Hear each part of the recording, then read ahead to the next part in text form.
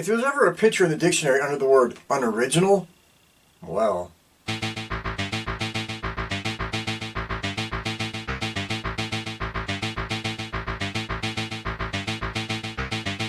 everybody, today we're going all the way back to 1981 to look at a motion picture that just kind of followed and fell in step with all the other stuff going on at that time. We're talking about My Bloody Valentine. But before we dig into this gem anymore, before we look at this little classic any further, once and again, and as always, to the trailer.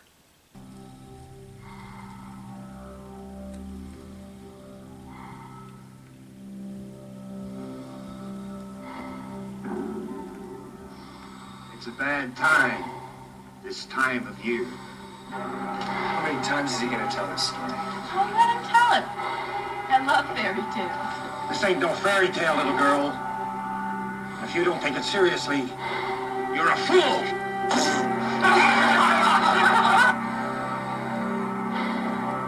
First Valentine's dance in 20 years. Has to be something special. Look, Landers, you gotta get a lot of exercise if you're gonna grapple with Gretchen. Oh, yeah? Well, I got a Valentine for her that she's never gonna forget.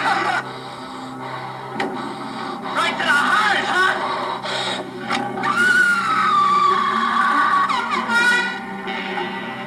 In this town on Valentine's Day, everybody loses their heart. Roses are red, violets are blue. One is dead, and so are you. It can't be happening again. It can't be happening again. What's going on over in Valentine Bluffs?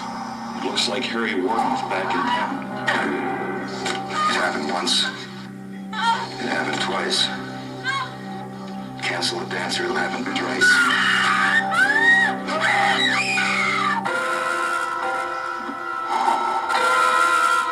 In the town of Valentine Bluffs, there are many ways to die.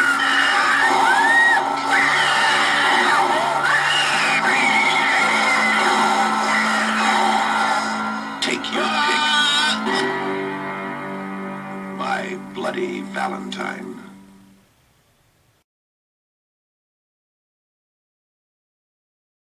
Okay, this little gem was directed by George Mihalka. Okay, did a few things. We're talking about he did little motion pictures like Pick Up Summer, and The Blue Men, and Relative Fear, and Eternal Evil, and TV stuff. You know what I mean? The Scoop, 24-Hour Rental, Crossbow, The Street. So, he's around, did some things, is what it was.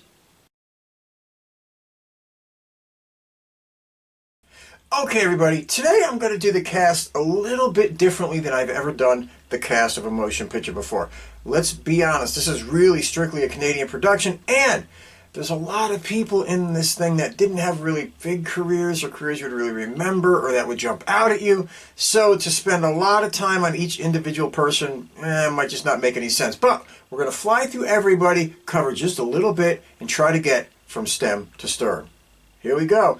Playing TJ, we got Paul Kelman. He was in Gas and Caged Men and Black Roses on TV, you know, Little Hobo and stuff. He died just recently, actually. And playing Sarah, you got Lori Hallier, mostly TV, Santa Barbara, Days of Our Lives, Simon and Simon, Jake and the Fat Man, sorry, my bad. And of course, Axel, we got Neil Affleck. No relation. And he was in Wild Thing and Murder by Phone, Visiting Hours, Scanners. Really, those are just tiny little things he did, really tiny little parts. But, you know, he was a director. Simpsons, Family Guy, Wayside, things like that. Playing Patty, got Cynthia Dale, Heavenly Bodies, Moonstruck, The Boy in Blue, and TV, you know, Street Legal Baxter, At the Midnight Hour. Playing Chief Newby, you got Don Francks. And he was in stuff like I'm Not There, Johnny Mnemonic, but mostly TV. Hollywood Babylon, Bad Dog, La Femme Nikita. You have Keith Knight playing Hollis. Come on, he was in Meatballs and Gas. And of course, you got other people flying around this thing like Larry Reynolds, who was in the War of the Worlds and Friday the 13th TV shows. You got Patricia Hamilton. She was on Chasing Rainbows and Now Look Here. And Alf Humphreys, who popped up. Hey, man, he was in First Blood. He was in The Uninvited. So, You have a cast of a bunch of people that you might remember in little teeny ways here and there and a little bit of everywhere. But it's just the way it goes. So I hope I covered everybody well. I hope I ran through them. My favorite one actually was Keith Knight, who was the hot dog eating machine in Meatballs. But anyway, I'm just going off here. Let's just get on to the story.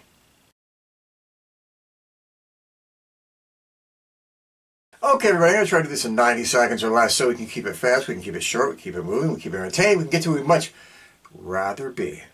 The summation. The movie starts out, you got this little scene where these two people are walking around in a mine tunnel. Of course, they're all done up in black gear, and they got the masks on. You can't see what's going on until one of them you see takes off the mining gear, and it is a hot blonde in her undies, and she's got a really badly drawn tattoo on her chest, and it looks like a heart. Anyway, before you know it, they're starting to make out. They got some stuff going on, but the dude friggin' kills her. Crazy shit. Well, next thing you know, you go up and you see the regular town. We are talking about Valentine Bluff, and it's a mining town. And what do you get to see? You get to see the sheriff and the mayor, and they're hanging out, and they're getting ready for the big Valentine's Day dance. But before you know it, before you can even snap your fingers, a box shows up, and inside of that box is the heart from the very girl that came from down in the mine, with a warning: knock it off. Bad things are going to happen. If you throw a Valentine's Day celebration, all hell is going to break loose. Ooh, this isn't good. This isn't bad. The sheriff wants to keep it hidden. The mayor doesn't know what the hell to do. You see, they had a problem years ago. They had a situation about 20 years prior. There was this guy, Harry Warden. And, well, one day he was caught in an explosion down in the mines, and he lost his mind. He went crazy. He ate his fellow miners. He was trapped. And after they freed him on a Valentine's Day night, he came back. He sought vengeance upon that town, the people who did him wrong, and kind of led to the disaster, whatever. And he killed them and was locked away for the last 20 years. So now they are convinced that Harry is back up to his old ways. Well, before you know it, other people start getting pickaxed, killed. The lady that runs the laundromat bites it. There's some other people that die along the way. It is what it is.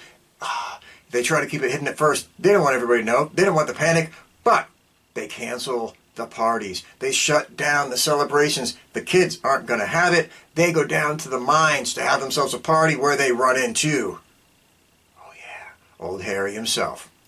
Or is it?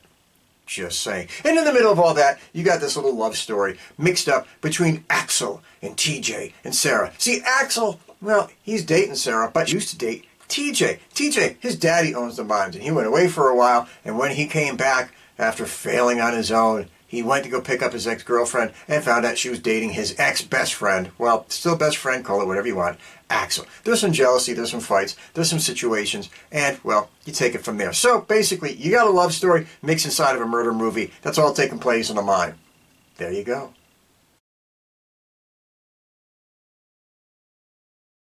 Okay, everybody, does My Bloody Valentine work? Yeah.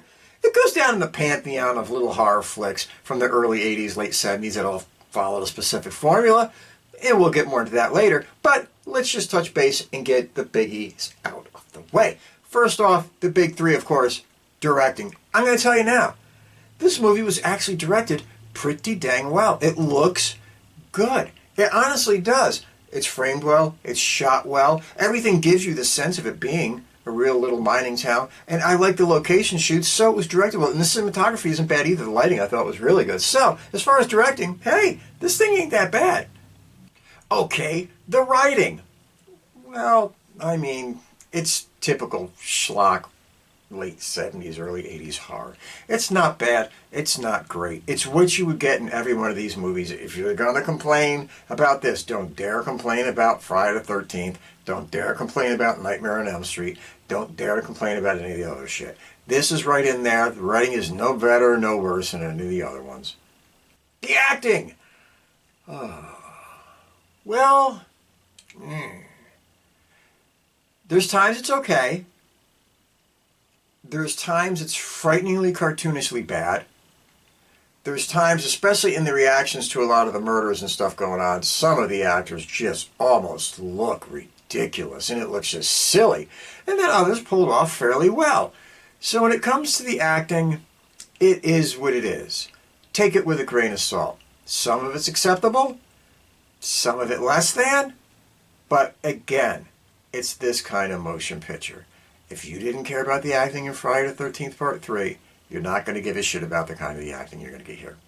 It's just what it is.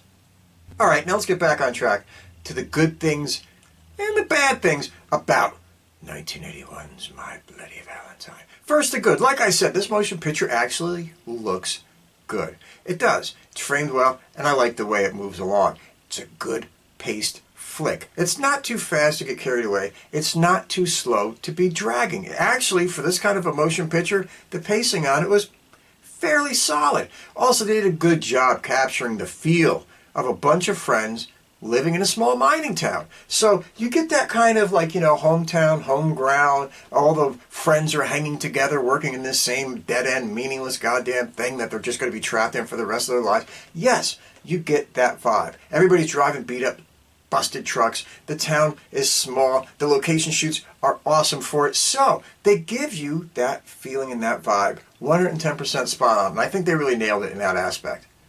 Also, the look of the baddie, whether it's Harry or whether you're trying to figure out if it's TJ or Axel or whatever the hell's going on. The image of some guy in a black miner outfit with the goggles and the hose and the helmet and a pickaxe, it looks good. From that point of view, there's times when this guy pops out, you're like, hey, that shit's pretty scary. Looks pretty good. It's just the way it is. I mean, it's not the most super original vibe, but it is the way it is. For that kind of a motion picture to give you that kind of a killer and that kind of an image of a killer, well, it worked. And finally, although the characters are basically just kind of like the same stereotypical characters you've seen in every other goddamn movie, none of them were so over the top where you hated them, or none were so over the top where you're like, oh my god, this is ridiculous. They kind of felt like that usual cast of characters. You got the one guy who's always telling the jokes. You got the one boyfriend who's a little jealous. You got the girl who just torn with the guy. It's the typical stuff, but they pulled it off fairly well in this motion picture. Again, acted as well or non-well as it was, it gives you that vibe of a bunch of friends together, and that's cool. Now let's get to the bad. Obviously, this movie is about as unoriginal as it gets. This thing is about as original as a Joan Jett hit song on the radio where you go, didn't I hear somebody else do that before? Exactly. And that's what you get in My Bloody Valentine. Let's talk about it. I mean, obviously, you had Halloween. Obviously, you had Friday the 13th. You had Black Christmas. You had all these other movies before it that basically gave you the same kind of shit all over again. This movie is the same thing. Oh, Valentine's Day is in 2 days. Kind of like Halloween was in a couple of days. Oh my God, it's coming up on that time of year. What's going to happen? The psycho killer from the escaped mental ward that was put away 20 years ago. He's going to go on a rampage in his old hometown. You've seen it before, right down to them putting the date and time stamps on the bottom of the screen, letting you know what day it is and where it's coming from. This movie is as unoriginal as a motion picture could ever get. They didn't even try. Everything was basically just a rip-off of something you've seen before. Half of it, Halloween. Chunk of it, Friday the 13th. And then you even got the mayor and the sheriff, who are kind of basically just doing the whole goddamn Jaws thing. You know what I mean? It was Chief Brody or the mayor. They're kind of in that thing. They're not as adversarial as each other, but it's kind of that thing. And even the scene where they go to the girl's heart with the autopsy, I'm like, Jesus Christ, this is right out of Jaws. I mean, there was not one thing in this motion picture, except for the kind of semi-cool look of the killer, where you could actually say, this is original. It wasn't. They just hopped in. They said, let's jump on the bandwagon. Let's make what everybody else is making. Let's hopefully make a profit like everybody else is making and move on. It was a money venture for some quick, dirty cash to rip off a genre that was ripping off each other for the last 4 or 5 years prior. And again, this motion picture came in that zone, that everything from like 75 to 85 zone where everything was basically alike, everything looked alike, everything was shot alike, all the stories were alike, all the characters were alike. It's just one of those kind of things. And by the way, I can't stand the fact that they always call these people the kids in the movie. Oh, the kids are in the mine. These are all fucking grown adults. It ain't like they're high school students. You know what I'm talking about? Some of these people look like they're fucking 30 years old. Why is it always calling them, well, the kids are having a party. The kids are doing it. The kids! Half these people should have kids of their own. You know what I mean? So it's just one of those things. You've seen it before. Don't look for anything new. Okay, everybody, get out there and watch My Bloody Valentine from 1981. Shockingly, this motion picture, since it came from that genre at that time, has basically little to no profanity in it, absolutely no nudity, and if you just cut out some of the gore, this thing could easily be a PG movie, actually. So, get out there, check it, give it a watch, let me know what you think if you haven't seen it already. If you've seen it already, you already know what the hell I'm talking about. It is what it is. Be good. Take care. Stay out of trouble. Be there for a friend, but be kind to a stranger. But above all else, more than anything, never, and I mean never, take any bullshit from anybody. See y'all soon.